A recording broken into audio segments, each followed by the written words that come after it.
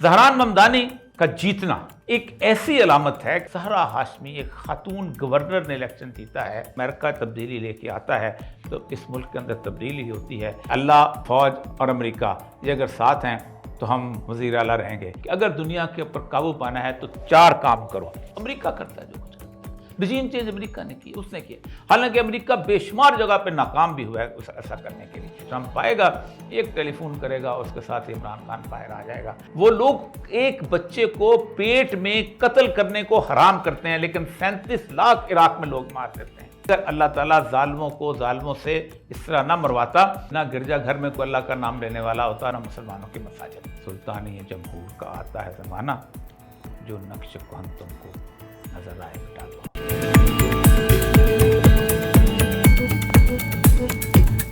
نحمدہ و نصلی علی رسول الکریم، بسم اللہ الرحمن الرحیم۔ رب اشرح لی صدری ویسر لی امری واحلل عقدۃ من لسانی یفقہوا قولی۔ صدق اللہ العظیم۔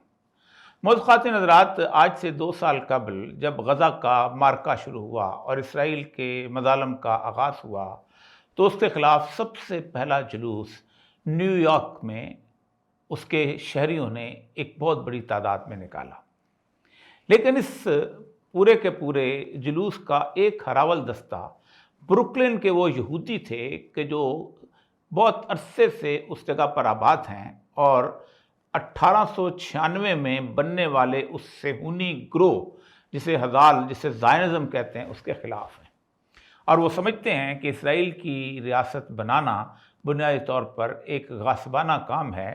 جب ہمارا مسایہ آئے گا تو وہ خود اس جگہ پہنچ جائے گا اور ہم بھی اس کے ساتھ وہاں پہنچ جائیں گے اور ہمیں خداوند وہاں خود لے جائے گا۔ یہ یہودی بہت مختلف ہیں اور یہ بہت زبردست قسم کی مذہبی تعلیمات پر عمل کرنے والے لوگ ہیں۔ یہ لمبا سا ہیٹ پہنے ہوئے نظر آئیں گے اور ان کی عورتیں عبایا پہنے ہوئے اور خاص طور پہ اپنے چہرے کو ڈھانپے ہوئے۔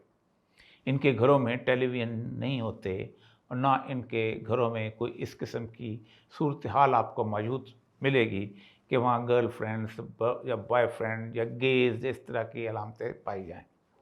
ان کی عورتوں کے اسکول جو ہیں بچیوں کے، ان کی دیواریں انتہائی بلند ہیں، یہاں تک کہ ارد گرد کے ملٹی سٹوری بلڈنگز ہیں ان سے بھی اس کے اندر جھانکا نہیں جا سکتا۔ یہ جب نعرے لگا رہے تھے تو ان میں ایک نعرہ تھا ناٹ ان آر نیم، ہمارے نام پر یہ ظلم مت کیا جائے۔ اس دن لوگوں کو اندازہ ہو گیا تھا کہ نیو یارک کی فضا بدل رہی ہے۔ نیو یارک ایک ایسی جگہ ہے جسے فائنینشیل کیپٹل کہا جاتا ہے، اور آج اس کی فضا جو بدلتی ہوئی اس وقت محسوس ہوئی تھی، اس نے آج ایک فیصلہ کر دیا ہے اور نیو یارک کی تاریخ میں پہلی دفعہ ایک مسلمان زہران ممدانی جو ہے وہ میئر منتخب ہو گیا ہے۔ علامہ اقبال نے کہا تھا جہان نو ہو رہا ہے پیدا، یہ عالم پیر مر رہا ہے جسے فرنگی مقامروں نے بنا دیا تھا کمار خانہ۔ یہ اس کی بڑی مشہور نظم خدا فرشتوں سے اٹھو میری دنیا کے غریبوں کو جگا دو، کاخے و مرا کے در و دیوار ہلا دو، اور اس میں جو وہ کہتا ہے کہ سلطانی جمہور کا آتا ہے زمانہ، جو نقش کہن تم کو نظر آئے مٹا دو۔ اسی طرح اور بھی بہت ساری اس کی جسے کہتے ہیں پیشگوئی والی نظمیں، جن میں ساقی نامہ وہ ہے کہ گراں خواہ ہمالہ کے چشمے ابلنے لگے، گراں خواہ چینی سنبھلنے لگے، گیا دورے سرمایہ داری گیا، تماشا دکھا کر مداری گیا۔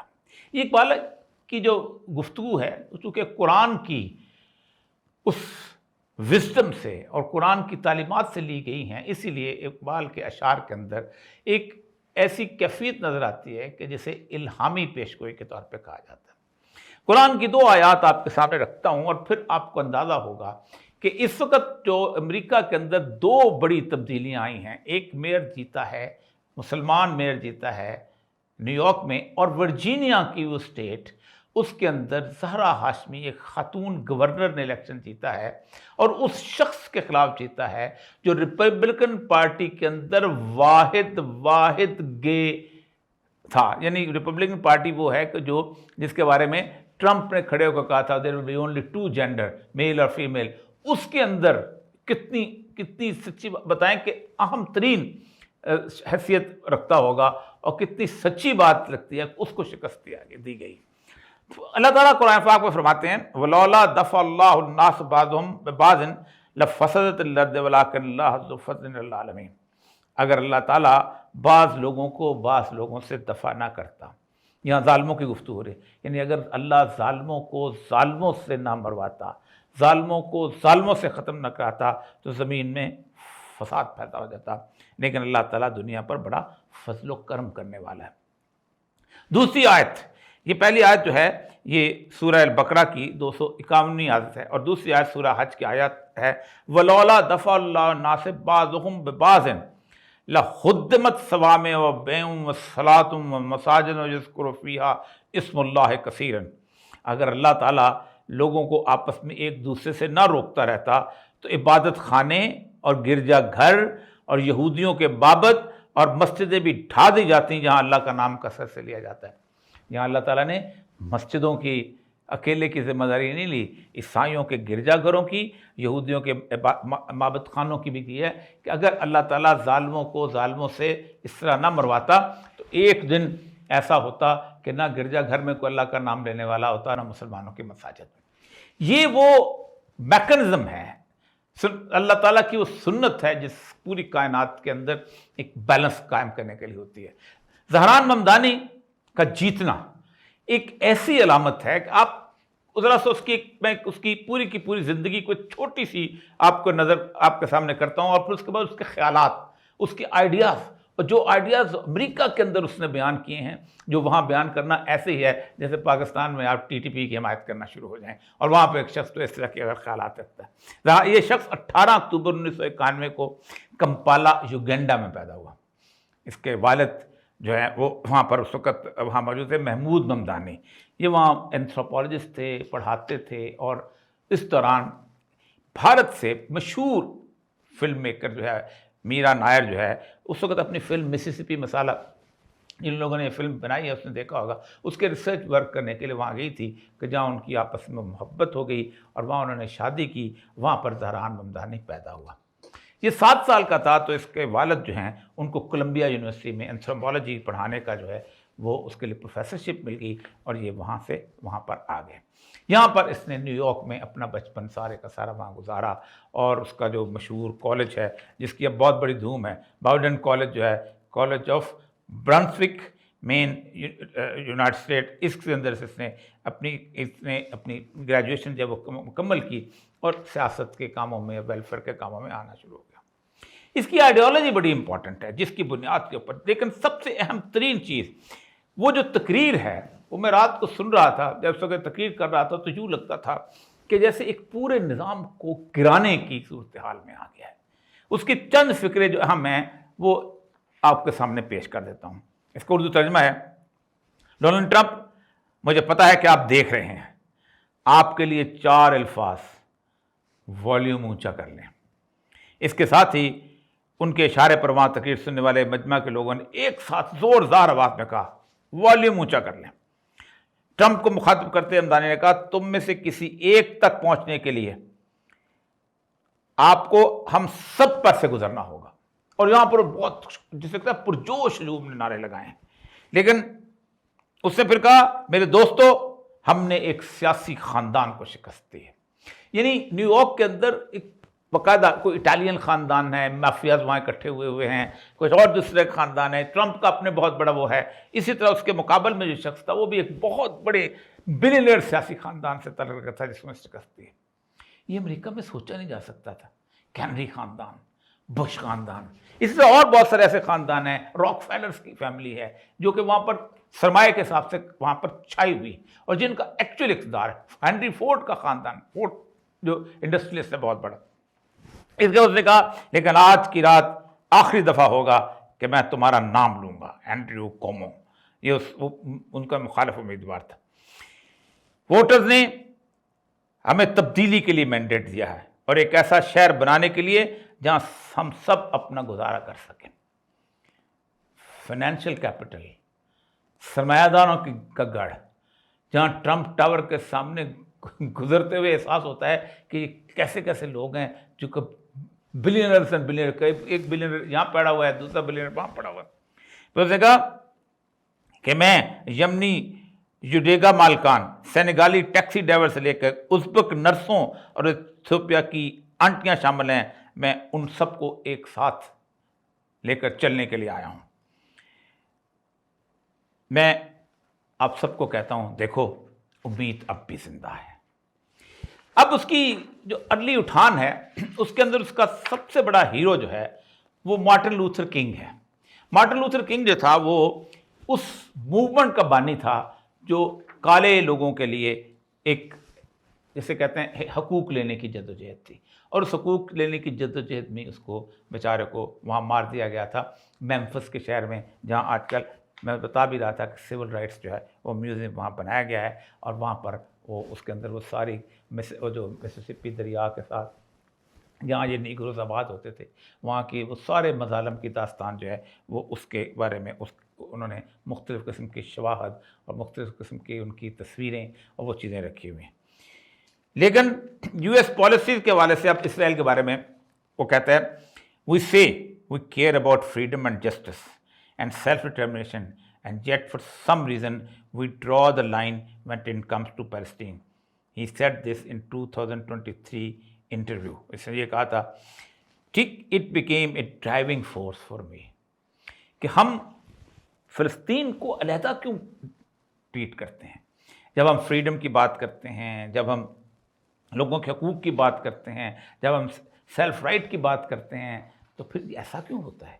اور یہ اس نے 2003 کے اندر یہ انٹرویو دیا تھا، اور اس نے کہا تھا کہ میں ایسا سوچتا ہوں۔ لیکن پھر اس کے بعد تازہ ترین جب ان سے سوالات، ظاہر بات ہے امریکن میڈیا جس میں سارے کے سارے جو کہ زائنزم کے لابیس وہاں جمع ہیں، صہیونی اسرائیل کی بہت بڑی لابی اس کے اوپر چھائی ہوئی ہے، اس نے ایک انٹرویو میں اس نے کہا کہ اسرائیل حماس وار کے بارے میں، a right to exist as a state with equal rights, اسرائیل کے بارے میں کہا۔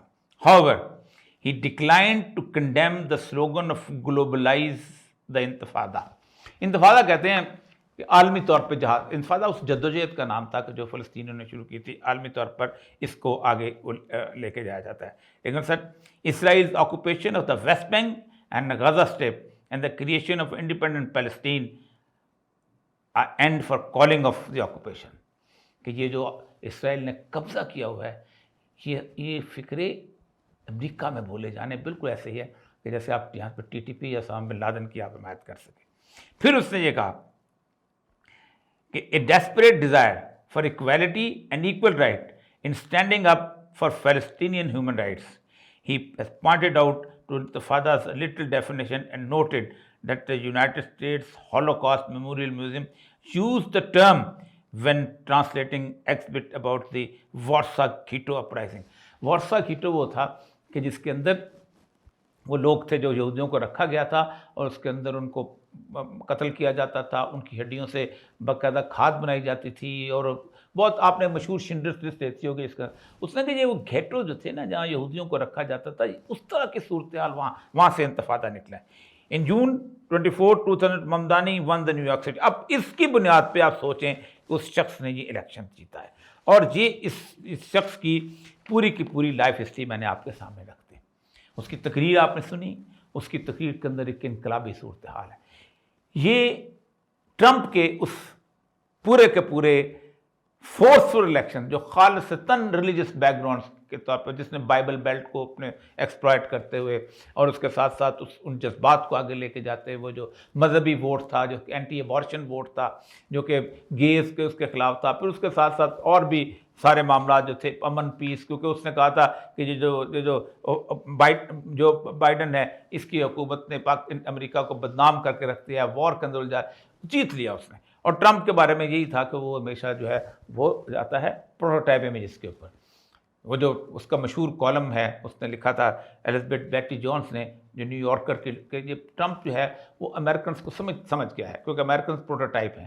امریکن سمجھتے ہیں کہ ہر جو کرسچن ہے وہ بائبل پوشر ہے، ہر مسلمان ہے وہ ٹیررسٹ ہے، ہر کامیاب عورت جو ہے اچھی بڑی زبردست CEO لگی ہوئی، وہ ایک اچھی بیوی نہیں بن سکتی، ہر افریقن جو ہے وہ آن دا ویلفیئر ہے، وہ ویسے کھا کے فارغ بیٹھا رہتا ہے، ہر ہسپینک جو ہے وہ انلیگل امیگرینٹ ہے۔ تو اسی کی بنیاد پہ اس نے ایکسپلائٹ کیا، اور ایکسپلائٹ کرنے کے بعد اس نے الیکشن جیتا۔ لیکن اس کے دوسری جو جیت ہوئی ہے وہ ہے Ghazala Hashmi stands on the verge of the making U S political history, یعنی نئی تاریخ. 61 years old Democrat is contesting for the Lieutenant Governor, a win that would make her the first Muslim woman ever elected to statewide office in the country. پوری دنیا 51 ریاستوں میں سے ایک یہ مسلمان، اور یہ بھی انڈیا کی ہیں، اور اس نے جان ریڈ کو شکست دی ہے، the former conservative talk radio host, radio میں ریڈیو جاکی تھا، اور یہ فرسٹ اوپنلی گے ریپبلکن. یہ دو باتیں جو ہیں آپ سامنے آ گئی. یہاں میں پاکستان کے ان لوگوں کو جو کہ ہمیشہ امریکن پولیٹکس کے ساتھ اپنے آپ کو وابستہ کرتے ہیں اور سمجھتے ہیں کہ امریکہ تبدیلی لے کے آتا ہے تو اس ملک کے اندر تبدیلی ہوتی ہے، یہ وہ کانسپریسی تھیوری ہے جس نے ہم نے پاکستان کے شہریوں کو مکمل طور پر ڈپینڈنٹ بنا دیا ہوا ہے امریکنز اس کے اوپر. مجھے اس ارباب رحیم کا فقہ یاد آتا ہے کہ اللہ، فوج اور امریکہ یہ اگر ساتھ ہیں تو ہم وزیر اعلیٰ رہیں گے. وہ تینوں رہے لیکن وہ ارباب رحیم صاحب وزیر اعلیٰ نہیں رہے. یہی صورتحال جو ہے وہ بتائی جاتی ہے. ایک بہت بڑا شخص ہے جو کہ میڈیا کا ہاؤس کا مینیجر ہے، اس کا نام ہے روپرٹ مرڈاک، جس کے بعد تقریباً 25% دنیا کا میڈیا ہے. اس نے کہا تھا کہ اگر دنیا کے اوپر قابو پانا ہے تو 4 کام کرو. نمبر 1، تمام میوزک جتنا بھی ہے اس کو الیکٹرانک کر دو، یعنی طبلہ، بانسری، الگوزا، سرنگی یہ نہ ہو. اس طرح ہوتا یہ ہے کہ جو میوزک دوسرا الیکٹرانک ہوتا ہے، ڈرمرز اور یہ وہ بندے جو ہے ناچ نوچ کے پسینہ نکال کے اپنا سارا کچھ اس کے ساتھ تھک ہار کے سو جاتے ہیں اور وہ سیریس تھنکنگ نہیں کرتے. لیکن جو ہلکی ہلکی موسیقی سننے کا عادی ہوتا ہے وہ سیریس تھنکنگ کرتا ہے اور چیزوں کی بہتر نتائج تک پہنچتا ہے. ان کو بہتر نتائج تک پہنچنے ہی نہ دو، جو تم فیڈ کرو گے اسی پہ وہ ایمان لے آئیں گے. سیکنڈ، اس نے یہ کہا تھا کہ آپ کانسپریسی تھیوریز کو عام کر دو. امریکہ کرتا ہے جو کچھ کرتا ہے، رجیم چینج امریکہ نے کی، اس نے کیا. حالانکہ امریکہ بے شمار جگہ پہ ناکام بھی ہوا ہے ایسا کرنے کے لیے. اس کو اس وقت تک کامیاب ہوتا ہے جب یہاں سے غدار، یہاں سے اس کے ٹوڈی، یہاں سے اس کے کاسلیس ملتے ہیں. برما میں کتنا عرصہ آن سان سوچی کو لانے کی کوشش کرتا ہے، نہیں کر سکا. ساتھ اس کے فیڈرل کاسٹرو کی حکومت تھی، نہیں کر سکا. ایون لیٹن امریکہ کی حکومتوں کو بھی اس نے مکمل طور پہ قابو کرنے کی کوشش کی، نہیں کر سکا. ایران کے انقلاب کو نہیں روک سکا امریکہ. فلپین کے اندر رہا، وہاں کی صورتحال اس کو خراب کی. چانگ کائی شیک کے ساتھ لڑنے گیا، چانگ کائی شیک کے معاملے میں تنگ سے شکست کھائی اس علاقوں سے. ویتنام کی وار کے اندر اس ذلت میں شکست کھائی کہ اس کی مثالیں دنیا کے اندر دی جاتی ہیں. لیکن پھر بھی ہم کہتے ہیں نہیں یہ کانسپریسی تھیوری. وہ دیکھیں جی، وہ تو آرمی چیف بھی پاکستان کا وہیں سے لگ آتا ہے، اور جب آرمی چیف وہاں سے آتا ہے تو یہ کرتا ہے. تو اس سے ہوتا یہ ہے کہ وہ انقلاب کی جو فورس ہوتی ہے وہ ڈیلے ہو جاتی ہے. 8-9 مہینے ہم نے اس بات پہ ڈیلے کیا کہ امریکن کانگریس میں یہ پیش ہو رہا ہے. تو امریکن کانگریس میں ہمارے دوست مشاہد صاحب کہتے تھے ٹرمپ آئے گا، ایک ٹیلی فون کرے گا، اس کے ساتھ عمران خان باہر آ جائے گا. اور ہم اس وقت بھی یہ کہتے تھے ایسا نہیں ہوگا. اس کی وجہ یہ ہے کہ ریپبلکن پارٹی کو کم اگر آپ دیکھ لیں تو پاکستان کی اسٹیبلشمنٹ اور آرم فورسز کے ساتھ ان کا ہمیشہ سے ایک چولی دامن کا ساتھ رہا ہے.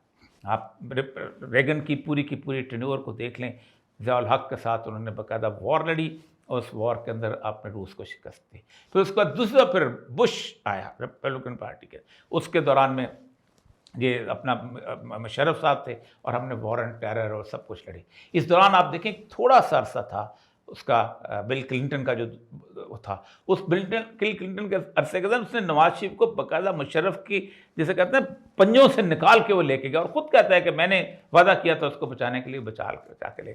تو ڈیموکریٹک پارٹی جو ہے اس کا رجحان بیسیکلی اس ویلیوز کی طرف، ڈیموکریٹک ویلیوز کی طرف ہوتا ہے. ان کا ہے طاقت سے، قوت سے کچھ، دونوں کی خرابیاں ہیں، دونوں سے کوئی اچھا نہیں. ریپبلکن پارٹیز کی خرابی یہ ہے کہ یہ مذہب سے بالکل دور ہیں. یہ گے رائٹس کی بات کریں گے، یہ اپنا لیسبینس کی بات کریں، LGBT کی بات کریں گے، یہ دین کے بارے، مذہب کے بارے میں بالکل ڈفرینٹ قسم کا، زیادہ تر ایگنوسٹک ایتھیسٹ ان کے ساتھ ہوتے ہیں. وہاں مذہب کی بات ہوگی، وہاں سب کچھ اس طرح کی بات ہوگی کہ جہاں جناب ابارشن منع ہے. وہ لوگ ایک بچے کو پیٹ میں قتل کرنے کو حرام کرتے ہیں، لیکن 37 لاکھ عراق میں لوگ مار دیتے ہیں، 12-13 لاکھ افغانستان میں مار دیتے ہیں.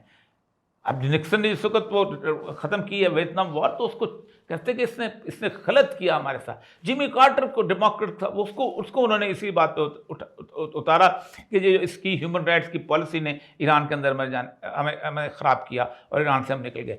تو ان دونوں میں فرق یہ ہے، وہ نام لے کے مذہب کا، لیکن اس کے ساتھ وہ باقی ساری انسانیت نے مسلمانوں کو کم از کم قتل کرنے کو جائز سمجھتے ہیں اور امریکن ہیجمنی پہ کام کرتے ہیں۔ یہ ڈیموکریٹس بھی کام وہی کرتے ہیں، پینٹاگون کی صورت، لیکن اپنے مفادات کے حساب سے۔ یہی وجہ ہے کہ وہ بات جو میں نے آپ سے کی ہے کہ وہ اقبال جو کہتا ہے نا، یہ عالم پیر مر رہا ہے، جسے فرنگی مقامروں نے بنا دیا تھا قمار خانہ۔ قمار خانہ جہاں جوا ہوتا ہے، جوا ہوتا تھا۔ کس کے لیے جوا ہوتا تھا؟ آج ہم نے انگولا کے اندر فوج اتارنی ہے، اتنا اسلحہ بکے گا۔ آج ہم نے ویتنام میں جنگ لڑنی ہے، اتنا اسلحہ بکے گا، اس کمپنی کا بکے گا۔ وہ جو امریکہ کا ملٹری انڈسٹریل کمپلیکس ہے وہ آگے بڑھا۔ تو بہرحال وہ جو قرآن کی آیات آپ کے سامنے پکڑی ہیں، اس کے بارے میں آخری جو قرآن کی آیات اور رسول اللہ کی حدیث جو ہے اس کے ساتھ کہ اللہ فرماتا یہی ہے کہ دیکھو یہ مت سمجھو کہ اللہ ظالموں کو دیکھ نہیں رہا، اللہ ظالموں کو دیکھ رہا ہے۔ اور اس کے بارے میں اللہ فرماتے ہیں فلما نسوا ما ذکروا بہ فتحنا علیہم ابواب کل شیء حتی اذا فرحوا بما اوتوا اخذناہم بغتۃ فاذا ہم مبلسون۔ جب لوگ ان چیزوں کو بھول جاتے ہیں جن کی نصیحت کی جاتی ہے، یعنی وہ ظلم کرنے لگتے ہیں، مظلوموں کو بھول جاتے ہیں، لوگوں کی جانیں لینے لگتے ہیں، ماس مرڈر شروع کر دیتے ہیں، قتل و غارت کر دیتے ہیں، ان کو سوچنے تو ہم ان پر ہر چیز کے دروازے کشادہ کر دیتے ہیں۔ یعنی ان کو طاقت میں بھی اضافہ ہو جاتا ہے، قوت میں بھی اضافہ ہو جاتا ہے، دولت میں بھی اضافہ ہو جاتا ہے، لوگ بھی ان کو اچھا سمجھتے ہیں، پیسے بھی آنے شروع ہو جاتے ہیں، یوں لگتا ہے کہ جیسے یہ مکمل طور پر اب ان کو کوئی شکست نہیں دے سکتا۔ یہاں تک کہ جب ان چیزوں پر جو ان کو ملی ہیں وہ خوب اترا گئے، فرحو، اکڑ گئے، تو ہم نے ان کو دفتن پکڑ لیا۔ اور پھر اللہ کہتا ہے مبلسون، وہ بالکل سے ہونک ہو کے رہ گئے، یہ کیسے پکڑا گیا ہمارے۔ یہاں پر رسول اللہ کی حدیث سنا کے آپ کے سامنے یہ سلسلہ البانی کی احادیث صحیحہ میں انہوں نے لیا ہے۔ آپ نے فرمایا دیکھو، جب تم دیکھو کہ کسی گناہ گار شخص کو اس کی گناہ گاری کے باوجود اللہ کی نعمتیں دنیا میں مل رہی ہیں، تو اس سے یہ بات استدراج کر لینا کہ یعنی وہ ایک مہلت کے اندر ہے۔ اور پھر آپ سے وہ یاد سنائی کہ جو میں نے آپ کے سامنے پڑھی ہے، تو یاد رکھو سلطانی جمہور کا آتا ہے زمانہ، جو نقش کہن تم کو نظر آئے مٹا دو۔ وآخر دعوانا الحمدللہ رب العالمین۔